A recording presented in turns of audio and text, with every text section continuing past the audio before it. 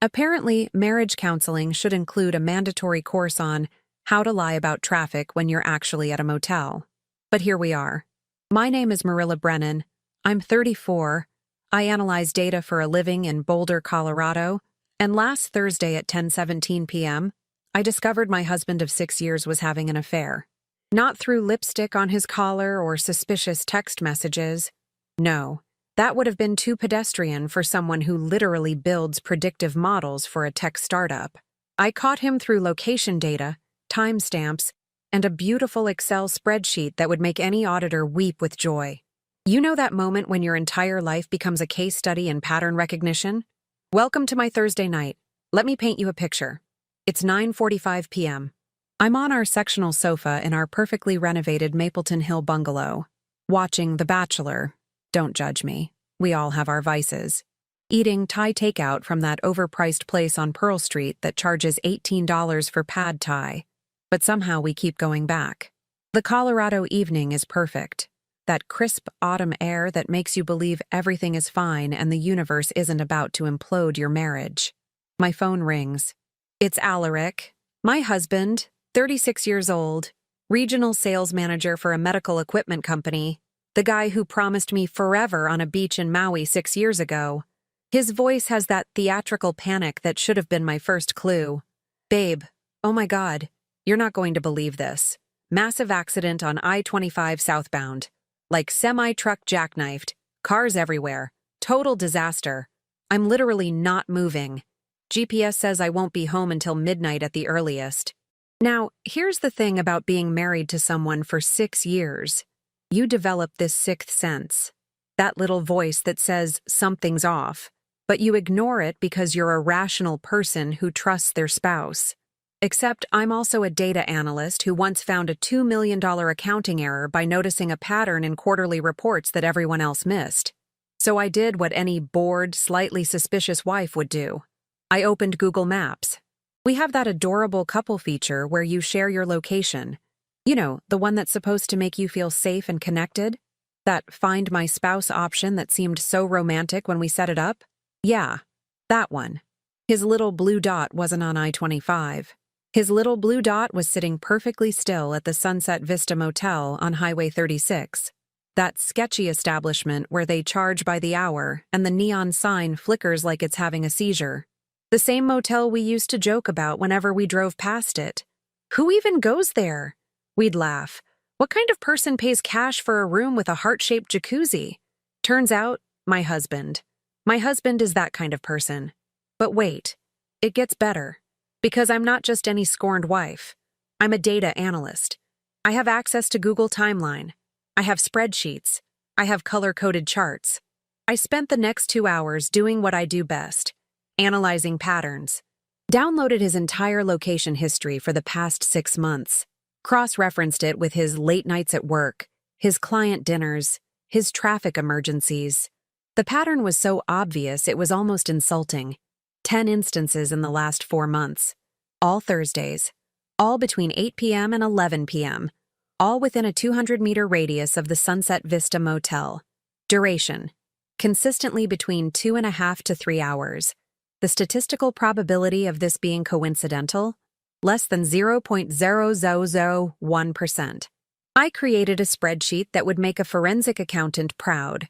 Columns for date, day of week, stated excuse, actual location, duration, distance from home. I added pivot tables. I made a graph showing the frequency distribution. I calculated the total hours spent, approximately 32 hours over 4 months. That's almost a full work week he'd dedicated to betraying me. I even cross-referenced it with our credit card statements. No charges from the motel, obviously. He was paying cash, the amateur. But I found ATM withdrawals that matched perfectly with his motel visits. On Thursday mornings, that correlated with those 10 visits. $200 withdrawn from the Wells Fargo on Canyon Boulevard. 10 withdrawals, 10 motel visits. Perfect correlation. Pattern recognition is a beautiful thing. By the time I finished my analysis, it was 11:45 p.m. 15 minutes until my darling husband would arrive home with whatever excuse he'd crafted during his traffic jam. I sat on that sofa, laptop open, spreadsheet gleaming on the screen, Thai food gone cold, and I felt something I hadn't felt in 6 years of marriage. Absolute clarity. I didn't cry. I didn't throw things. I didn't call my mom or my best friend Ivy or anyone else who would tell me to calm down and think rationally. I was thinking rationally. Rationality was literally my superpower at this moment. I heard his car pull into our driveway at 12:32 a.m. The Honda Civic we'd bought together 3 years ago, that practical choice we'd made because we were responsible adults. I heard his keys in the door, heard him shuffling in, probably expecting me to be asleep. The living room light was on. I was exactly where he'd left me 4 hours ago, except now I had enough evidence to prosecute him in any court in America. He walked in looking appropriately disheveled. Nice touch, really. Hair slightly messed up, from traffic stress, obviously. Tie loosened, carrying a Taco Bell bag like some kind of peace offering. Baby, I'm so sorry. That traffic was absolutely insane. I've never seen anything like it. The whole highway was... I held up my hand, clicked a button on my laptop. The projector we used for movie nights flickered to life, displaying my spreadsheet on our living room wall in glorious high definition. Sunset Vista Motel, Highway 36, I said. My voice so calm it scared even me. You've been there 10 times in the past 4 months. All Thursdays. All approximately 3 hours. This is the statistical analysis. These are the timestamps. This is your location history. And this, I clicked to the next slide, is the pattern of ATM withdrawals that correlate perfectly with each visit. The Taco Bell bag hit the floor. His face went through the 5 stages of getting caught. Shock, denial preparation, excuse formulation, realization that excuses won't work, and finally, pure panic. Marilla, I can explain. Oh, I'm sure you can. But first, let me show you what else I did tonight. I pulled up my email, showed him the sent message. Recipients: his mother Patricia, his sister Ramona, his sister Clarissa, and the entire Brennan family WhatsApp group, all 37 members. Subject line: Data analysis, detecting infidelity patterns using location services, a real-life case study. The spreadsheet was attached, every single detail. You sent that to my mother? Oh, absolutely. I even included a cover letter explaining my methodology. Your mom loves my attention to detail, remember? She always says I'm so thorough. The thing about publicly exposing someone's infidelity to their entire extended family at 11:47 p.m. on a Thursday is that you get to watch the fallout in real time. It's like a social experiment, except instead of rats in a maze, it's your cheating husband facing his mother's wrath via text message. Alaric's phone started vibrating approximately 47 seconds after I showed him the sent email. Then it started ringing. Then it became a symphony of notification sounds that would make a teenager jealous. Marilla, you need to tell them this is a mistake, he said, his voice cracking in that pathetic way that might have worked on me 6 months ago. You can't just... My mother... Your mother what? Your mother deserves to know her son is a lying, cheating... I paused, choosing my words carefully because I'm nothing if not articulate even in crisis. Statistically predictable disappointment? His phone rang again. The screen showed Mom, with about 15 missed calls already queued up. He looked at it like it was a bomb. You gonna answer that? I asked, taking a sip of my now cold Thai iced tea. Because Patricia tends to get creative when ignored. Remember when you forgot Mother's Day and she showed up at your office with that poster board? For context, Patricia Brennan, 62 years old, retired elementary school teacher, is the kind of woman who believes public shame is an acceptable parenting technique. She once made Alaric stand in front of their church congregation and apologize for lying about breaking her china cabinet when he was 16. He was 16. At church. In front of 200 people. This was going to be spectacular. Alaric finally answered. Put it on speaker because at this point, what did he have to lose? Alaric James Brennan. Patricia's voice could strip paint off walls. I just received the most interesting email from your wife. An email with charts and graphs, explaining how my son who I raised to be honest and decent, has been frequenting a motel for 4 months. Mom, I can explain. Oh, you can explain. You can explain how you've been withdrawing $200 every time you visited that place? You can explain the 32 hours you've spent betraying your wife? Because Marilla's spreadsheet is very thorough. She even included your historical location data. Do you know how humiliating this is? I almost felt bad. Almost. Then I remembered the part where he'd been sleeping with someone else for 4 months while I was home watching The Bachelor and believing his traffic stories. Mrs. Brennan, I interjected sweetly. I included a summary tab that breaks down the financial implications. He withdrew over $2,000 in cash from our joint account over those 4 months. That's quite the investment in betrayal. Alaric's face went from red to purple. Patricia actually laughed, that sharp, bitter laugh that meant someone was about to suffer. I'm coming over, she announced. Right now. Don't you dare leave that house, Alaric. She hung up. Alaric looked at me with something between betrayal and disbelief. You've destroyed my life, he whispered. No, honey, I corrected. You destroyed your life. I just documented it with superior data visualization skills. His phone exploded again. This time, it was the family WhatsApp group. 37 people who now had access to his complete infidelity timeline. I watched over his shoulder as messages poured in. Sister Ramona. Are you kidding me right now? Sister Clarissa. Mom is losing it. She just threw her reading glasses across the room. Cousin somebody. Bro, that spreadsheet is damning. Aunt somebody else. I always knew he took after his father's side. Uncle whoever. The pivot tables really drive the point home. It was beautiful, like watching a carefully constructed house of cards collapse in slow motion, except the cards were his reputation, and the collapse was amplified by group chat dynamics. Then Alaric made his second critical mistake of the evening. He tried to deflect. This is crazy, Marilla. You're acting insane. You violated my privacy. I held up one finger. Google Timeline shares location data bilaterally. You had access to mine too. I was just better at not having anything to hide. Also, insane is really not the word you want to use right now when I have screenshots, timestamps, and geographic coordinates. Who even does this? He gestured wildly at my laptop. Who creates a forensic analysis of their marriage? Someone who's really good at her job, I suggested. Someone who recognizes patterns? Someone who isn't an idiot? My phone buzzed. Text from Ivy, my best friend who works as a paralegal downtown. OMG, your email just forwarded to me from Ramona. I'm dying. This is the most epic thing I've ever seen. Are you okay? I typed back. Never better, watching him squirm in 4K. Alaric was now pacing our living room like a caged animal, running his hands through his hair, phone continuously buzzing. Each notification was another family member weighing in on his life choices. The Brennan family takes communication very seriously.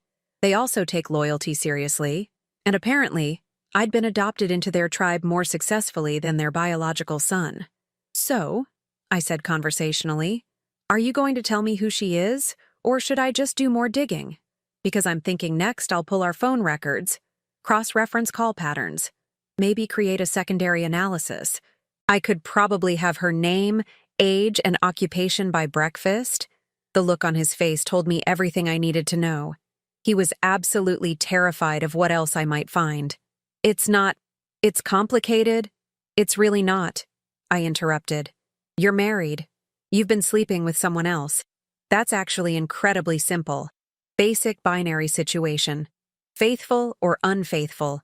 You chose unfaithful. Car lights flooded our driveway. Less than 20 minutes after her phone call, Patricia had arrived from her house in North Boulder, a 15-minute drive she'd apparently made in 12 minutes. The woman was motivated. Alaric's face went pale. Maybe we should talk about this privately. Oh no, I said, opening the front door before Patricia could even knock. We're way past privacy. Hi, Patricia, come on in. I made coffee. Well, I made coffee 3 hours ago, but it's still hot-ish. Patricia Brennan stormed into our bungalow like an avenging angel in a Chico's cardigan. She looked at her son with the kind of disappointment that could make grown men weep. 32 hours, she said quietly, which was somehow more terrifying than yelling. 32 hours you spent destroying your marriage while this lovely girl, she gestured to me, was home, trusting you. Mom, you don't understand. I understand perfectly. I understand that I raised you better than this. I understand that Marilla deserves better than this. And I understand, she pulled out her phone, showing her own screenshot of my spreadsheet, that you were stupid enough to leave location sharing on while conducting an affair. Location sharing, Alaric. I had to hide my smile. Patricia was doing my job for me. The family wants answers, Patricia continued. Ramona's calling a meeting for Saturday. Everyone will be there. You will explain yourself. A family meeting. The Brennan family meeting tradition, where problems are discussed collectively and judgments are made democratically. Alaric was about to be tried by a jury of his relatives. This was going better than I'd planned. Friday morning arrived with the kind of clarity that only comes after your entire life implodes and you've had exactly 0 hours of sleep.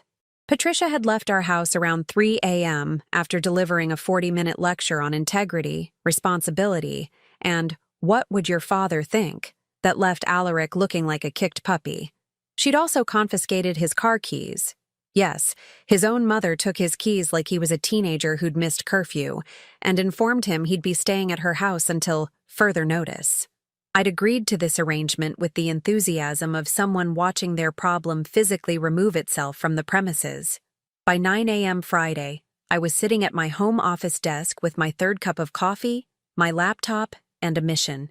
Because here's the thing about being a data analyst. Once you start finding patterns, you can't stop. It's like a compulsion. And I had 48 hours until the Saturday family meeting where Alaric would face his relatives. And I intended to show up with a complete dossier. First order of business, identify the other woman. Alaric had refused to give me a name, probably hoping I'd calm down and forgive him through the power of vagueness. Adorable. I started with his phone records. We had a shared family plan through Verizon, which meant I had full access to billing details. Downloaded the last 6 months of call and text logs, imported them into Excel, started looking for patterns. There was one number that appeared with suspicious frequency starting exactly 4 months ago. No contact before that, then suddenly multiple texts per day, calls that lasted 20 to 40 minutes, always during his commute times. The number had a 720 area code, Denver Metro. I cross-referenced the dates of these communications with his motel visits. Perfect correlation. Every single Thursday he went to the Sunset Vista, he'd had at least 3 text exchanges with this number that day. Now, I'm not saying I reverse-searched the phone number through one of those online people finder databases. I'm also not saying that didn't happen. What I am saying is that within 15 minutes, I had a name. Sabrina Hollis, 29 years old, living in Thornton, Colorado. Employed as a pharmaceutical sales rep. My husband sells medical equipment. They probably met at some boring conference or hospital sales meeting. How predictable. How absolutely devastatingly cliché. But wait, it gets better. Because I'm thorough, I looked up Sabrina's social media. Her Instagram was public, because apparently she hadn't considered that the wife might come looking. And there, scattered through 4 months of posts, were breadcrumbs that made me want to throw my laptop across the room. A photo from 3 months ago, best Thursday night ever, with a blurry shot of what looked suspiciously like a motel room. Comments from her friends, "You deserve happiness. Get it, girl." Another post from 2 months ago, "Some connections are worth the complications," with a sunset photo, taken from a parking lot that I recognized because I'd driven past it 1,000 times. The Sunset Vista Motel parking lot. And the absolute kicker, a post from 6 weeks ago showing a bracelet, silver, with a small charm. The caption, "When he actually listens." I zoomed in on the charm. It was a tiny medical caduceus symbol. I checked our credit card statements. Sure enough, $240 charged to K Jewelers exactly 6 weeks and 2 days ago. Alaric had told me it was a client appreciation gift. I'd believed him because why wouldn't I? The rage that filled me in that moment was so pure, so crystallized, that I actually laughed. That scary laugh that comes out when you've transcended normal human emotion and entered a realm of cosmic irony. I compiled everything into a new document. Photos from her Instagram with timestamps, phone records showing call frequency and duration, credit card receipt for the bracelet, a map overlay showing her home address in Thornton, his motel of choice, and the convenient midpoint location.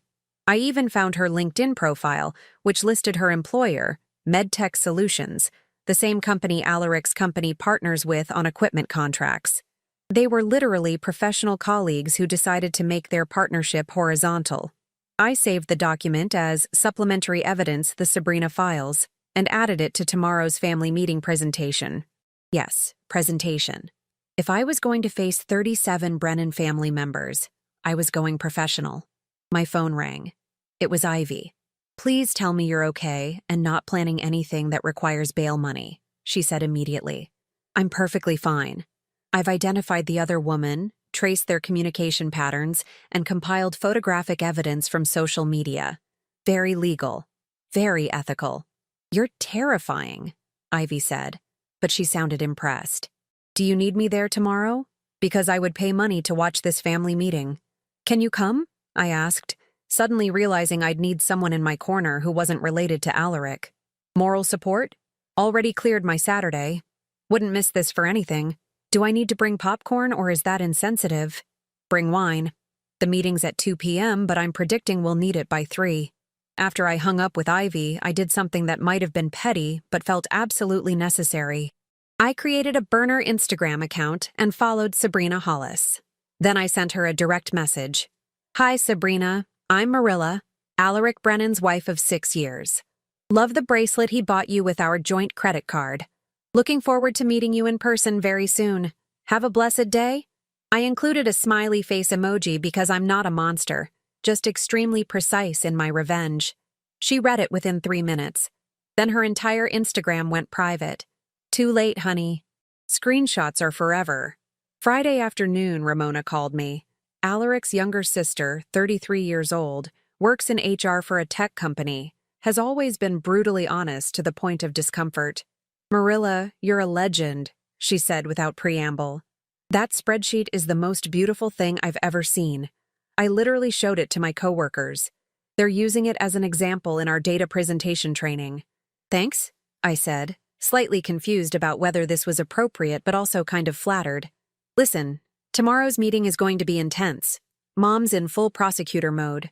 Clarissa's bringing her husband, who's a divorce attorney, not to represent anyone, just for context. Aunt Beverly is flying in from Colorado Springs because she's never forgiven Alaric for that thing at Christmas 3 years ago. It's going to be a circus." "What thing at Christmas?" "He told her casserole was dry. She's been waiting for an opportunity to destroy him ever since. This is her Super Bowl." I had married into the most gloriously petty family in Colorado, and for the first time in 6 years, that felt like an advantage. "What do I need to know?" I asked. "Just be yourself. Bring evidence. Mom's already on your side, which means you've basically won. Also," she paused, "I'm really sorry this happened to you. You deserved better." That almost broke me. Almost. But I'd cried enough. Now was the time for strategic planning. Saturday morning, I woke up at 7 a.m. and did something I hadn't done since the wedding. I got professionally ready, hairstyled, makeup perfect, wore the navy blue dress Alaric always said made me look intimidating. Good. I wanted to look intimidating. Ivy arrived at my house at noon with a bottle of expensive red wine and a hug that lasted probably longer than socially appropriate. "You look terrifying in the best way," she said. "He's going to regret every life choice that led to this moment." That's the plan. We loaded my laptop, printed copies of both presentations, and drove to Patricia's house in North Boulder where the family meeting was being held. The Brennan family gathering place. A large craftsman-style home where every major family decision had been made for the last 30 years. Cars already filled the driveway and street. Apparently, 37 family members took this seriously. I recognized Ramona's Subaru, Clarissa's Tesla, several other vehicles I'd seen at past Thanksgivings and Christmas gatherings. This was it. The moment where everything would be laid out publicly, where Alaric would face actual consequences, where I would either be vindicated or look like an obsessive crazy person. I grabbed my laptop bag and walked toward the front door with Ivy beside me. Time for the main event. Patricia's living room had been transformed into what I can only describe as a courtroom designed by someone who shops exclusively at Home Goods. 37 chairs arranged in a semicircle facing a single chair that sat isolated in the center like an ejection seat. Alaric's chair, the defendant's chair, the "you've disappointed everyone who shares your DNA" chair. I counted heads as Ivy and I entered. 37 family members. They'd actually all shown up. Aunts, uncles, cousins, second cousins, even Patricia's sister Lorraine from Grand Junction, who I'd only met once at the wedding. This was bigger than Christmas. This was bigger than the time cousin Wade got arrested for the flamingo incident we don't talk about. Alaric sat in the center chair looking like he'd aged 5 years overnight. Good. Patricia stood at the front of the room like a judge about to deliver a verdict. She saw me enter and her entire demeanor shifted from stern to almost warm. "Marilla, sweetheart, come sit here." She gestured to a chair that had been positioned slightly elevated from the others. A position of honor. The victim's seat. "Ivy, you're welcome too. Family meeting rules. Anyone the accused has wronged may bring support." I sat down. Every pair of eyes in that room looked at me with varying degrees of sympathy, curiosity, and, in Aunt Beverly's case, gleeful anticipation of the destruction to come. Ramona was setting up a projector. A projector. This family meeting had visual aids. "Let's begin," Patricia announced, her retired teacher voice cutting through the murmurs. "We're here because Alaric has betrayed his marriage vows, lied to his family, and apparently thought we wouldn't find out. Marilla has prepared evidence. Alaric will have an opportunity to explain himself, though I can't imagine what possible explanation exists for 32 hours of infidelity." Clarissa's husband, the divorce attorney whose name was Sterling, raised his hand. "For the record, I'm just here observing, but I did bring informational packets about Colorado divorce law. You know, for context." He passed out stapled documents to everyone. I loved this family. Patricia nodded to Ramona, who pulled up my original spreadsheet on the projector screen. The room fell silent as 37 people examined the color-coded timeline of Betrayal. 10 visits, someone murmured. "All Thursdays," someone else observed. "The pivot tables are really well done," said a cousin who apparently worked in finance. Aunt Beverly stood up, reading glasses perched on her nose. "Alaric James, I have a question. Were you thinking about your wife when you made these choices? Or were you too busy thinking about that dry casserole comment from 3 years ago that I definitely haven't forgotten?" "Aunt Bev, that's not—" Alaric started. "Sit down and be quiet," Patricia snapped. "You'll speak when spoken to. Marilla, would you like to present your additional findings?" I stood up, connected my laptop to the projector, and pulled up the Sabrina files. Thursday night, I only had location data and financial records. Friday, I identified the other woman. I clicked to the first slide showing Sabrina's LinkedIn profile. Sabrina Hollis, 29, pharmaceutical sales representative for MedTech Solutions, the same company Alaric's employer partners with for equipment contracts. They likely met at a professional conference or hospital sales meeting.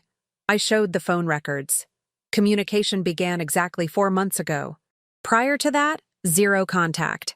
Sudden pattern of daily texts and calls lasting 20 to 40 minutes, always during commute hours. Perfect correlation with motel visits. Click. Instagram photos appeared on screen. The room collectively gasped at the best Thursday night ever post. "She posted this publicly," I noted. "That's the Sunset Vista Motel parking lot in the background. Timestamp correlates with his 3rd visit." Click. The bracelet photo appeared. "This bracelet was purchased 6 weeks ago from K Jewelers for $240 on our joint credit card. Alaric told me it was a client appreciation gift. Sabrina posted it with the caption, 'When he actually listens.' The charm is a medical caduceus symbol." The room was so quiet you could hear people breathing. Then Aunt Beverly started laughing. That cruel, delighted laugh of someone whose instincts had been validated. "A bracelet?" she cackled. "You bought your mistress a bracelet with your wife's money? And she posted it online?" Ramona was recording the whole meeting on her phone. "This is going in the family archives," she muttered. Alaric finally found his voice. "This is humiliating. You're making this into a public spectacle. You made it a public spectacle when you conducted an affair stupid enough to be tracked through Google Maps. Ramona shot back. We're just here for the data presentation. Sterling, the divorce attorney, raised his hand again. Quick question for Alaric. Did you use marital funds for any of these motel visits? Alaric didn't answer. He withdrew $200 cash every Thursday morning before each visit, I supplied. From our joint checking account, Wells Fargo on Canyon Boulevard. 10 withdrawals totaling $2,000. Sterling made a note on his legal pad. Colorado's an equitable distribution state. That'll be relevant. Patricia held up her hand for silence. Alaric, you have 5 minutes to explain yourself. And it better be good. He stood up, looking desperately around the room for a sympathetic face and finding exactly zero. I made a mistake. A huge mistake. I was weak, and I was stupid, and I'm so sorry. Marilla, I love you. This meant nothing. It meant 32 hours, I interrupted. It meant $200 a week for 10 weeks. It meant lying to my face about traffic while you were buying jewelry for someone else. Quantitatively speaking, it meant quite a lot.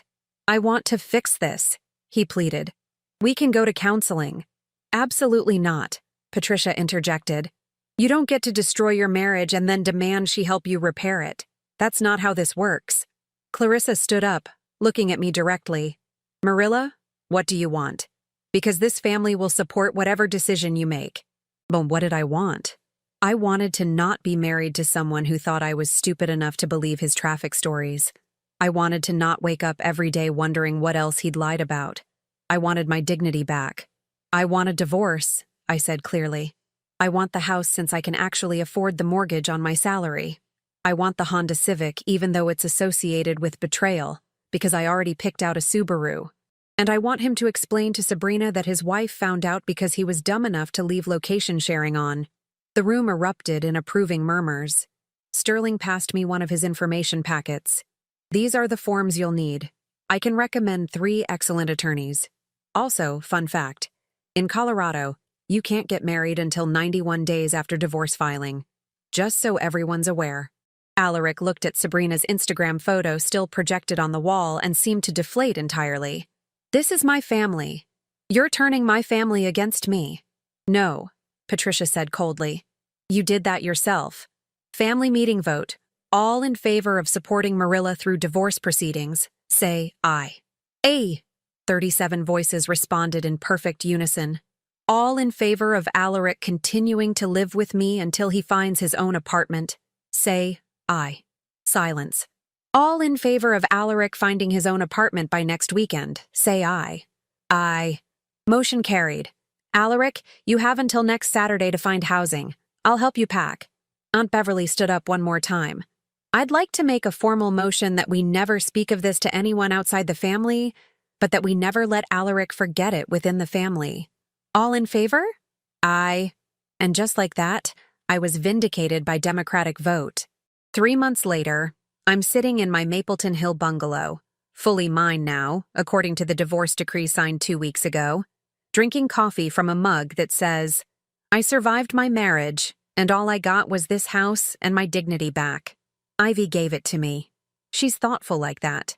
The divorce was shockingly smooth once you have a family of 37 people willing to testify about your spouse's infidelity and a spreadsheet that could hold up in any court. Sterling didn't end up representing me officially because of conflict of interest, but he recommended an attorney who was so impressed by my documentation that she used it as a teaching example for her paralegals. Apparently, the Brennan case is now shorthand in her office for client who did all the work for us. Alaric signed everything without contest. Turns out, when your entire family votes against you and your mother threatens to write you out of her will, you become very cooperative. I got the house, the Honda Civic that I immediately sold, and a very fair division of our assets. He got a studio apartment in Broomfield, and a reputation that will follow him through every family gathering for the rest of his natural life. The Subaru Outback I bought with the Civic money is parked in my driveway.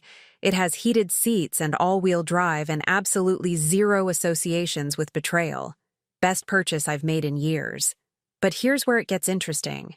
Remember Sabrina, The 29-year-old pharmaceutical sales rep who thought posting evidence of an affair on Instagram was a good idea.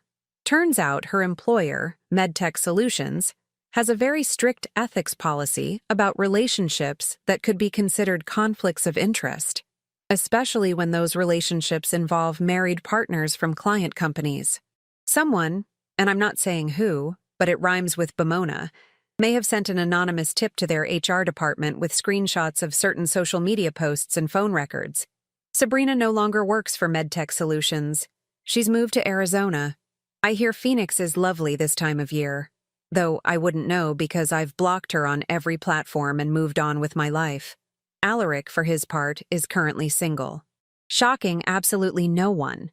The affair ended approximately 48 hours after his family disowned him, and Sabrina realized he came with baggage that included a divorce, a hostile family, and the kind of public humiliation that lives forever in group chat history. Turns out motel romance doesn't translate well to actual relationship sustainability. Who knew? Patricia calls me every Sunday. We have coffee. She brings banana bread. We don't talk about Alaric unless it's to discuss how disappointed she remains, which is always. She's adopted me as the daughter she never had, which would be weird except that I genuinely like her more than I ever liked her son. The Brennan family still invites me to everything. I spent Thanksgiving with them last month and brought sweet potato casserole, Aunt Beverly's recipe, because we bonded over our mutual appreciation for holding grudges and proper documentation. Alaric was invited too, but he had to sit at the kids' table. He's 36. They're serious about this. Christmas is coming up next month, and Patricia's already assigned me a better seat than her own son. Ramona and I meet for lunch every other Tuesday. She's dating someone new and asked me to run a background check using my special skills. I created a basic compatibility analysis spreadsheet. It's becoming a thing.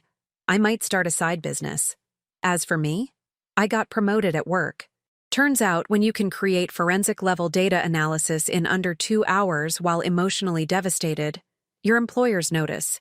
I'm now senior data analyst with a salary increase that more than covers my mortgage. I've also started dating. Nothing serious yet, but I went on 3 dates last month with a guy named Felix, who's a software engineer, and thinks my spreadsheet revenge story is legendary. We'll see where it goes. He passed the preliminary background check at least. The whole experience taught me something important. Trust your instincts, document everything, and marry into a family that values accountability over blind loyalty. Also, always read the fine print on location sharing agreements. And never, ever underestimate what a data analyst can do with 6 months of digital records and a vendetta. Sometimes people ask if I regret how I handled everything, if I think I was too harsh, too public, too calculated. And honestly, not even a little bit. He had 4 months to come clean. He chose to lie to my face about traffic while spending our money on someone else. I chose to use the skills I'd spent years developing to expose the truth with irrefutable evidence. Some people call it petty. I call it pattern recognition with practical applications. I'm happy now. Genuinely. Surprisingly happy. Happier than I was in the last 2 years of my marriage. Definitely happier than I was that Thursday night watching The Bachelor and believing my husband's traffic stories. And if you're wondering whether I still check Google Maps location history compulsively, yes, absolutely. But now it's just mine, and it shows a very satisfying pattern of gym visits, coffee shops, and absolutely 0 motel parking lots. Life's good when the only patterns you're tracking are your own.